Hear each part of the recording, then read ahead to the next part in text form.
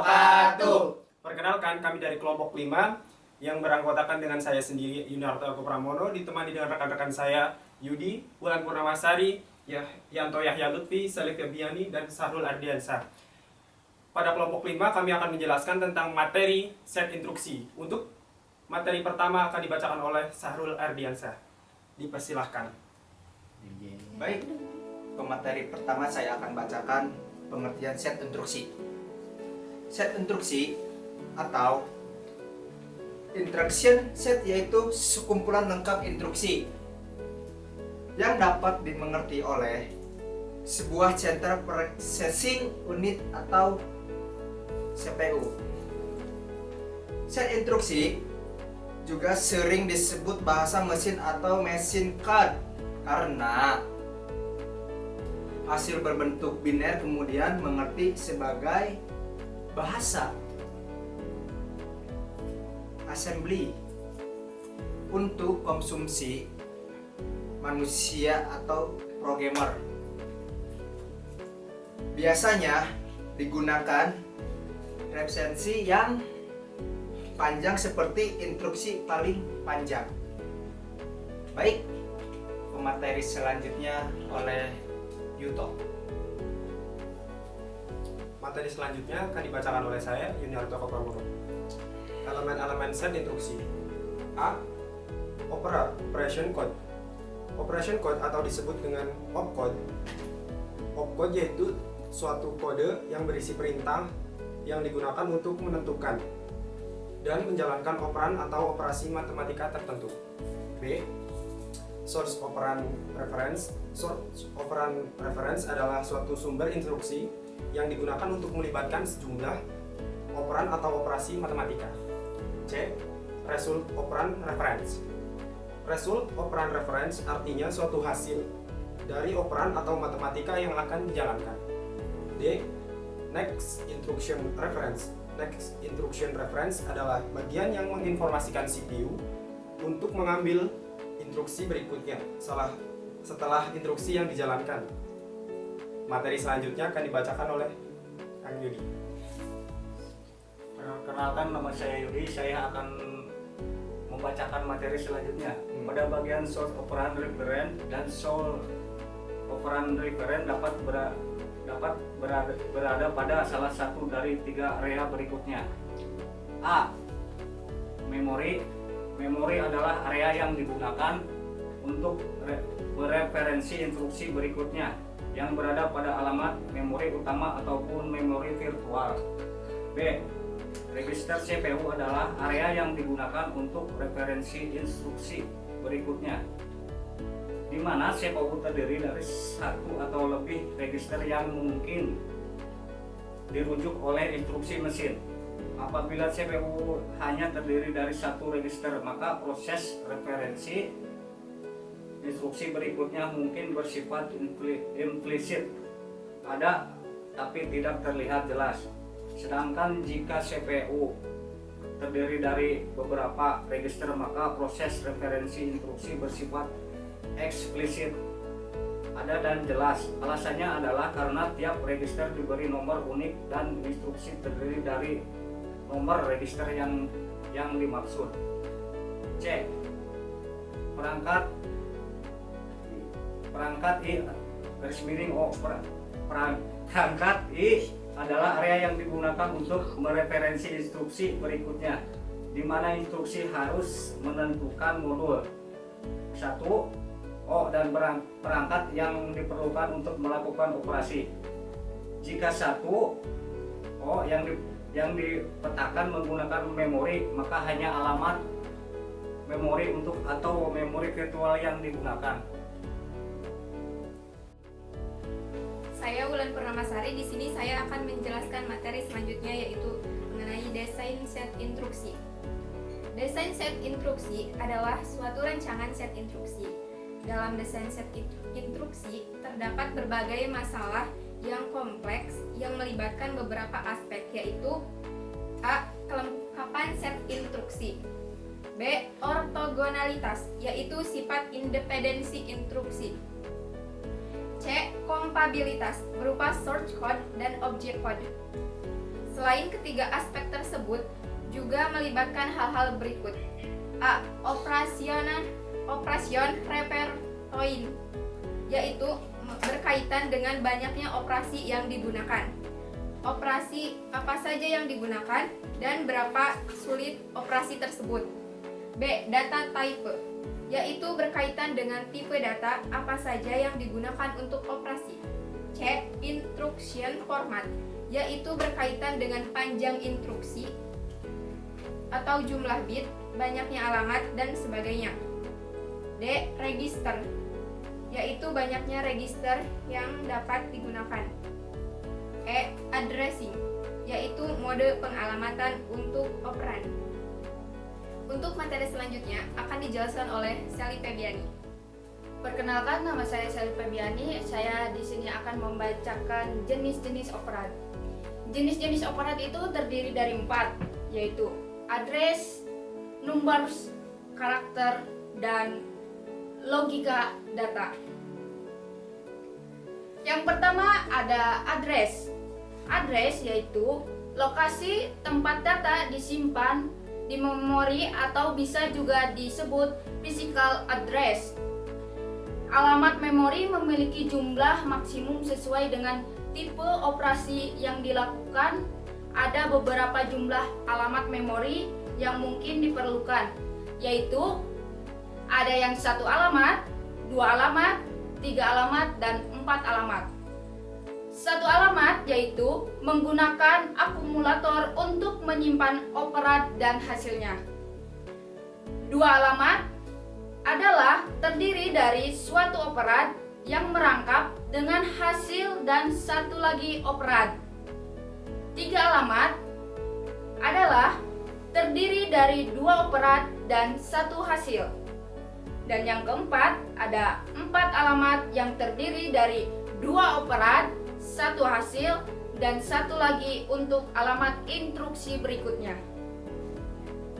Yang kedua ada numbers. Numbers adalah sebuah angka yang digunakan untuk operasi aritmatika pada komputer. Ada beberapa jenis number yang umumnya digunakan, yaitu integer atau fixed point, floating, dan desimal. Yang ketiga ada karakter. Karakter adalah sebuah unit yang berisi huruf, simbol, number, atau spasi, atau juga bisa ya atau tidak. Karakter sendiri bersifat tunggal. Apabila lebih dari 1 maka dinamakan string. Yang keempat ada logika data. Logika data disebut sebuah unit yang digunakan untuk mengubah data menjadi binary atau unary. Dan yang kelima ada jenis-jenis operasi atau instruksi. Jenis-jenis operasi atau instruksi itu terdiri dari data transfer, yaitu data melakukan transfer data. Ada beberapa hal yang harus ditetapkan, yaitu A. Menetapkan lokasi operan, sumber, dan operan tujuan. Setiap lokasinya berupa memori, register, atau bagian paling atas dari stack. B. Menetapkan panjang data yang dipindahkan. C. Menetapkan metode pengamatannya. Tindakan CPU dalam melakukan transfer data yaitu melakukan transfer data dari lokasi ke lokasi lain, atau bisa disebut transfer data internal. CPU sebagai contoh sumber dan tujuan adalah register, maka CPU akan melakukan transfer data dari satu register atau sumber ke register lainnya atau tujuan. Apabila transfer data melibatkan memori, maka CPU harus melakukan beberapa atau semua tindakan berikut, yaitu menetapkan alamat memori. Jika alamat memori merujuk ke memori virtual, maka alamat tersebut harus diterjemahkan ke alamat memori aktual. Tentukan apa yang dialamati berada dalam set jika tidak keluaran perintah dari modul memori, mengawali pembacaan atau penulisan memori. Yang kedua ada aritmetik. Aritmetik yaitu operasi aritmatika yang dilakukan biasanya adalah penjumlahan atau add, pengurangan atau subtract, perkalian atau multiply, dan pembagian adalah divide.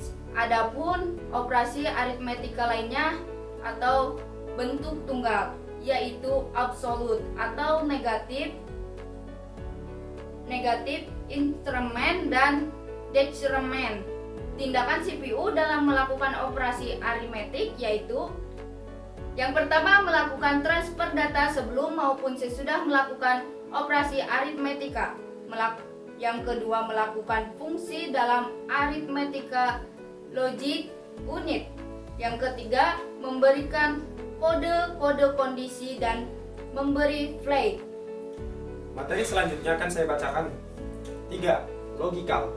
Operasi logika yang biasanya dilakukan adalah AND, OR, NOT, dan SOR. Adapun operasi logika lain yaitu compare atau membandingkan, test atau menguji, shift, dan rotate. Tindakan CPU dalam melakukan operasi logika sama seperti operasi aritmatika. 4. Conversion. Konversi adalah instruksi yang digunakan mengubah format instruksi yang beroperasi terhadap format data. Contohnya, dari bilangan desimal ke bilangan biner. Adapun operasi yang dilakukan conversion adalah translate dan convert. Tindakan CPU dalam melakukan operasi logika sama seperti operasi aritmatika dan logika. 5. I/O. Operasi I/O yang dilakukan adalah sebagai berikut. 1. Input, yaitu memindahkan data dari perangkat I/O tertentu ke tujuan. 2. Output, yaitu memindahkan data dari sumber tertentu ke perangkat I/O. 3. Start I/O, yaitu memindahkan instruksi ke prosesor I/O untuk mengawali operasi I/O. 4. Test I/O, yaitu memindahkan informasi dari sistem I/O ke tujuan. Adapun tindakan CPU dalam melakukan operasi I/O yaitu 5. Apabila memori mapped I/O, maka CPU akan menentukan alamatnya. 6. Kemudian CPU akan mengawali perintah ke modul I/O. F. Sistem kontrol. Sistem kontrol adalah instruksi yang hanya dapat dilakukan oleh CPU ketika dalam keadaan tertentu atau ketika sedang menjalankan program yang berada dalam area memori khusus. Contoh membaca atau mengubah register kontrol. Materi selanjutnya akan dibacakan oleh Teh Bulan. Materi selanjutnya akan saya jelaskan. G. Transfer of control. Transfer of control dilakukan oleh CPU untuk memperbarui program counter untuk memuat alamat memori dari beberapa instruksi yang ada dalam memori. Operasi transfer of control yang dilakukan yaitu 1. Jump, yaitu transfer data tidak bersyarat dan memuat program counter dengan alamat memori tertentu. 2. JMP bersyarat, yaitu operasi JMP yang memiliki kondisi atau persyaratan sehingga JMP akan dilaksanakan atau tidak tergantung dari kondisi persyaratan tersebut. 3. JMP subroutine, yaitu operasi melompat ke alamat tertentu. 4. Read atau return, yaitu operasi untuk mengakhiri suatu eksekusi prosedur dan mengakhiri transfer kontrol melalui backlink pada stack program yang awalnya menjalankan prosedur. Operasi ini juga mengganti isi program counter dan register lainnya yang berasal dari lokasi tertentu. 5. Execute, yaitu operasi yang digunakan untuk mengambil operan dari lokasi tertentu dan mengeksekusi sebagai instruksi. 6. Skip, yaitu operasi yang digunakan untuk melompat ke instruksi berikutnya dengan menambah program counter. 7. Skip conditional, yaitu operasi skip yang berdasarkan suatu kondisi. 8. Halt, yaitu operasi yang digunakan untuk menghentikan eksekusi program. 9.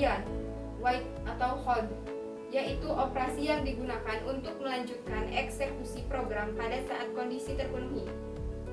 10. No operation, tindakan CPU dalam melakukan transfer of control, yaitu memperbarui program counter. H. Addressing modes. Addressing modes adalah sebuah metode yang digunakan untuk mengalamati alamat memori. Ada beberapa metode pengalamatan yang umum dipakai, yaitu immediate atau segera, direct atau langsung, indirect atau tak langsung, register, indirect, displacement, dan stack. Terima kasih kepada Wulan Purnamasari yang telah menyampaikan materinya. Dilanjutkan oleh saya, yaitu Yanto Yahya Lutfi, akan menjelaskan tentang macam-macam instruksi berdasarkan sifat akses ke memori atau register. Macam-macam instruksi berdasarkan sifat akses ke memori atau register dibagi 3, yaitu memory to register, register to memory, and register to register. Yang pertama, register to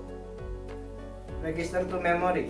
Register to memory adalah sebuah instruksi yang memungkinkan operasi dilakukan di register dan di memori.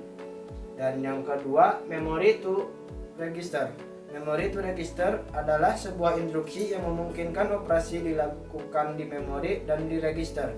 Yang terakhir, register to register. Register to register adalah sebuah instruksi yang hanya dilakukan di register. Sekian dari saya. Untuk kesimpulan akan dilanjutkan oleh Teddy. Perkenalkan, nama saya Teddy Surya Komala dari kelompok 5 tugas organisasi komputer. Jadi bahwasanya instruksi mesin harus mampu mengolah data sesuai dengan implementasi keinginan kita. Sekian dari kelompok kami, kurang lebihnya mohon maaf. Terima kasih. Wassalamualaikum warahmatullahi wabarakatuh. Bye bye. Bye. Hello guys.